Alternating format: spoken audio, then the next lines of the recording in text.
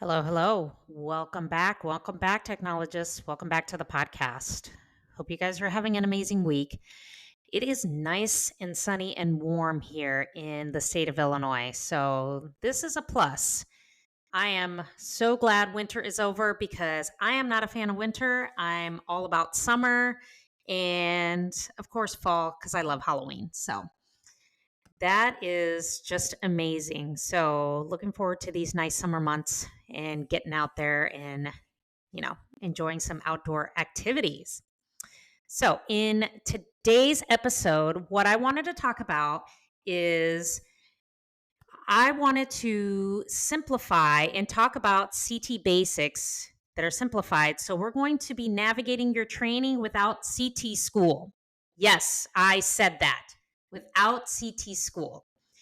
I think that it's super important to know that it's not a bad thing to invest in CT school, especially if the facility you work at, the clinic you work at, or wherever it is that you work at, they are requiring you to go to some type of college course through a program, things like that. So it's not the end of the world, and I'm all for education and bettering yourself and learning what you need to learn. However, I think we can get the concrete basics down as far as the basic core elements that you need to know when you are performing CT as a new technologist, as a beginner. I'm going to kind of lay out some things in this episode. And of course, if you've ever seen any of the courses that I do teach, you can go to my Instagram page. There are links down in the show notes so you can check out my courses. I give you just step by step as far as what you need to know as a beginner. And I teach amazing courses. I even do some live courses. So make sure you check that out. Okay. Plus, I'm doing a 3-day live challenge very soon here, it's coming up in a couple weeks. So make sure you check out the link in the show notes. Get in on that challenge because I'm going to be teaching 3 days live on how to be the go to CT tech. So, all great stuff. Make sure you check that out. And of course, if you always want more support and you need more help, I do offer a awesome coaching program. It's a 6-month program that you can go ahead and enroll in, and I give you the A to Z on how to be the best technologist you can. So make sure you check out everything in the show notes. Get in on the challenge. I'm telling you, it's worth it. So, when you are starting out in CT as a new beginner, some facilities will have you go through a CT program and they make you do clinicals and make you learn CT on your own time. So there are some facilities that do that. Now, I know there's facilities that are bringing back the whole cross training and, paying you to cross train. I know some places still say, hey, you have to come on your own to learn, but other places will pay you to go ahead and cross train. I know when I was a beginner, I did cross train. I was paid to cross train because there was a desperate need for CT techs at that time. And they really wanted to just expand the department because they were short and they needed somebody like now, right? So you might be going through and your facility, your manager, whoever says, hey, you have to go through a CT program. I'm going to tell you this. You don't have to do that. That is the whole point of my episode. You don't have to do that because I'm going to give you some things in this episode, and you are more than welcome to join my coaching program, to join my challenge, and to purchase any of the courses that I have available to get you up to speed. So, do I think CT programs are necessary? Not really. They do exist for that purpose that you need to learn, and they are great, and it's a valuable resource and of information to get you where you need to be. But when you're on that clinical site, there's a more hands-on approach that I think most of these programs are missing. And that's where you have to hone in and help these new technologists because a lot of them don't know how to navigate a scanner, right? So we all know that the training is often unpaid, especially when you're doing clinicals, and you are just needing to know a complex list of 125 exams in order to sit for the registry. I mean, how overwhelming is that? That alone can just overwhelm you just by a ton, right? So we know that CT is a very advanced modality. There are a lot of moving parts and there's a lot of different types of exams that we do, and not all of them are the same. Okay. It's not like x-ray. You take the same abdominal x-ray, you take the same chest x-ray, you do the same thing in surgery. CT is very, very complex. And so you're needing to know in a very short amount of time how to navigate all that and how to complete that clinical documentation of 125 exams that you have to repeat 3 and 5 times so that the ART says, hey, you're competent for this, right? So let me give you the reality about CT programs. Okay. Now, I've done my research on it and I can tell you there's not a lot of programs that exist out there.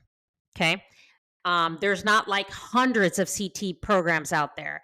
There's probably a good handful in my research. So a lot of these are expensive. I mean, during my research, it's probably I'm going to average about $3,000 to $5,000, and usually it could be a 12-month 14, 16-month program.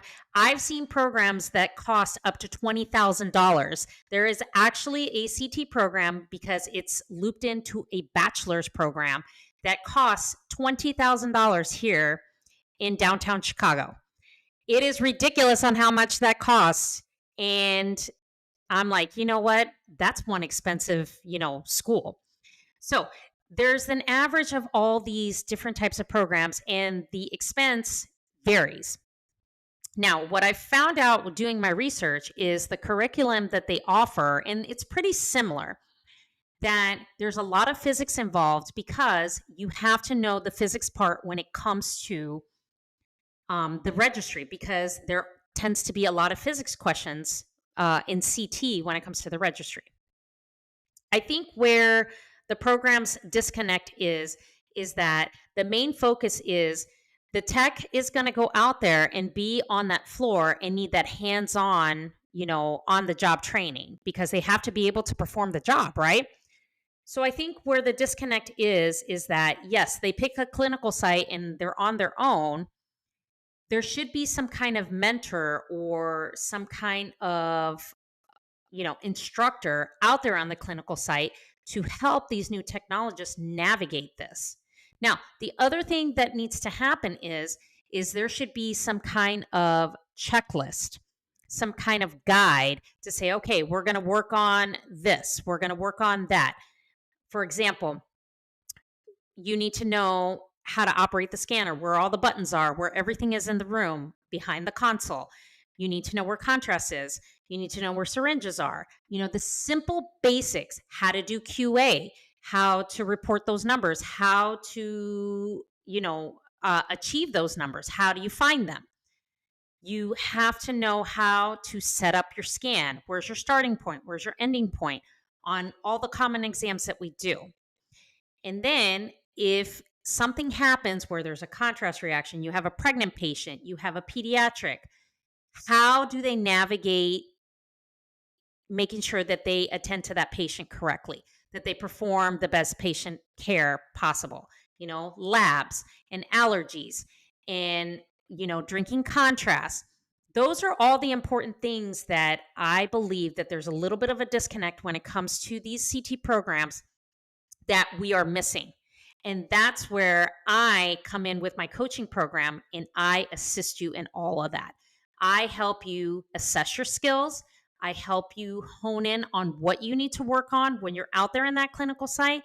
And we create goals, which in 90 days you can hit and achieve so that you can be the best technologist you can, right?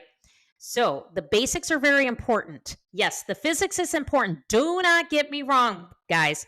The physics is important because you need to know that. But when you're a tech out there scanning on that floor in that department, that physics shit goes out the window. And you need to know how to know what you're doing in that room, making sure you're taking care of your patient, and make sure you execute a good exam, because that's what it's all about. Okay. So I think, like I said, new technologists should benefit, it will benefit if CT departments had a checklist, a guide. So when these new technologists are learning the basics, because some of them are not going to CT programs. Some of them are just coming from x-ray straight into CT. So it's good to have a guide and to have a checklist to know, okay, this is where we're starting. This is what we're going to work on. This is what I want to achieve, in the next 30 days, in the next 60 days, whatever the case is. Okay. The other point that I want to bring up is that you, as a new technologist, it's your responsibility to make sure you invest yourself to be the best technologist you can, with education, going to seminars, reading up on things. Investing in yourself is probably one of the most powerful and one of the most awesome things you can do, because you're continuing to learn, because this modality just keeps advancing. Technology keeps changing every single day. And the best way to do it is to make sure that you invest in yourself. Okay. So I hope these were all good points, guys, for this episode. As always, if you have questions, please send me an email, give me a follow on Instagram, and I would love to chat with you. Like I said, I'm doing a 3-day challenge on how to be the go-to CT tech. So make sure you check that out. All the links are in the show notes.